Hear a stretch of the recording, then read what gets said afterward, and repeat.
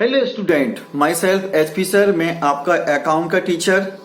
जैसा कि आपको पता है कि पिछले वीडियो में मैंने unit first financial statement of non profit organisation के बेसिक कंसेप्ट समझाए थे और मैंने ये कहा था कि नेक्स्ट वीडियो में मैं आपको अकाउंटिंग फॉर एनपीओस को समझाऊंगा। तो लेट्स स्टार्ट अकाउंटिंग फॉर एनपीओस।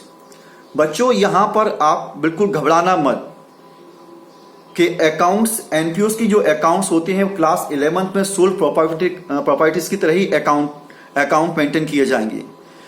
काफी बच्चों को लगता है कि ये टॉपिक बहुत डिफिकल्ट है। बच्चों, ये बिल्कुल भी टॉपिक डिफिकल्ट नहीं है।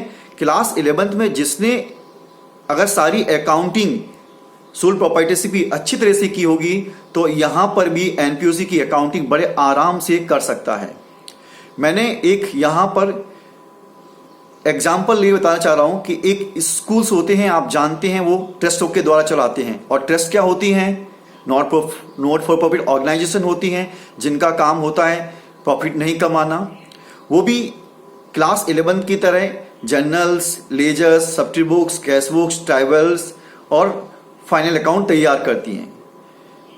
इसी प्रकार एनपीओस भी journal, ledgers, subsidy books, cash books, trial balance, final account यानी कि receive and payment account, income and expenditure account और बैलेंस शीट तैयार करती हैं। बच्चों, अब यहां डिफरेंस समझाने की कोशिश करूंगा। क्लास 11 में जो फाइनल अकाउंट था वहां पर आप 3 अकाउंट तैयार करते थे। उनके नाम थे ट्रेडिंग अकाउंट, पी&एल अकाउंट और बैलेंस शीट। यहां पर एनपीओस में जो फाइनल अकाउंट होगा उसमें हम 3 अकाउंट तैयार करेंगे। फर्स्ट होगा रिसीव एंड पेमेंट अकाउंट, दूसरा इनकम एंड एक्सपेंडिचर अकाउंट और तीसरा बैलेंस शीट। बच्चों, बिल्कुल मत घबराइए। जिस तरह से वहां पर आप फाइनल अकाउंट तैयार करते थे यहां पर भी उसी प्रकार से फाइनल अकाउंट तैयार किए जाएंगे। थोड़ा सा डिफरेंस है जो आपको दिखाई दे रहा होगा। वहां पर ट्रेडिंग अकाउंट हुआ करता था, यहां पर रिसीव एंड पेमेंट अकाउंट है। वहां पर पी&एल अकाउंट हुआ करता था, यहां पर इनकम और एक्सपेंडिचर अकाउंट है। वहां पर बैलेंस शीट हुआ करती थी, तो एज इट यहां पर बैलेंस शीट वैसी की वैसी है। तो आगे समझते हैं कि इनके फाइनल अकाउंट्स में किन किन को सम्मिलित किया जाता है। बच्चों, आप टॉपिक के नाम से अगर समझें तो इसका कंप्लीट टॉपिक का नाम ही यही था, फाइनेंशियल स्टेटमेंट ऑफ एनपीओस। एनपीओस हम यानी कि फाइनेंशियल स्टेटमेंट ऑफ एनपीओस में हम क्या तैयार करने जा रहे हैं? बच्चों, हम एनपीओस में हम इस फाइनेंशियल स्टेटमेंट ही तैयार करेंगे जो हमें क्लास 11 में फाइनल अकाउंट की तरह तैयार किए थे। चलिए बताते हैं।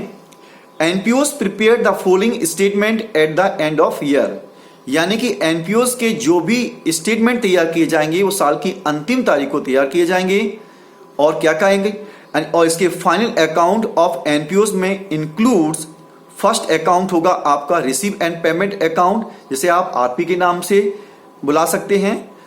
इनकम एंड एक्सपेंडिचर अकाउंट, इसे आई और ई के नाम से बुला सकते हैं। और बैलेंस शीट, इसे बीएस के नाम से बोल सकते हैं। बच्चों, हमारे फाइनेंशियल स्टेटमेंट ऑफ एनपीओस में 3 अकाउंट तैयार किए जाएंगे। पहला होगा हमारा रिसीव एंड पेमेंट अकाउंट, दूसरा होगा हमारा इनकम एंड एक्सपेंडिचर अकाउंट और तीसरा होगा बैलेंस शीट। मैं आशा करता हूं कि आपको फाइनेंशियल स्टेटमेंट ऑफ एनपीओस का टॉपिक समझ में आया होगा।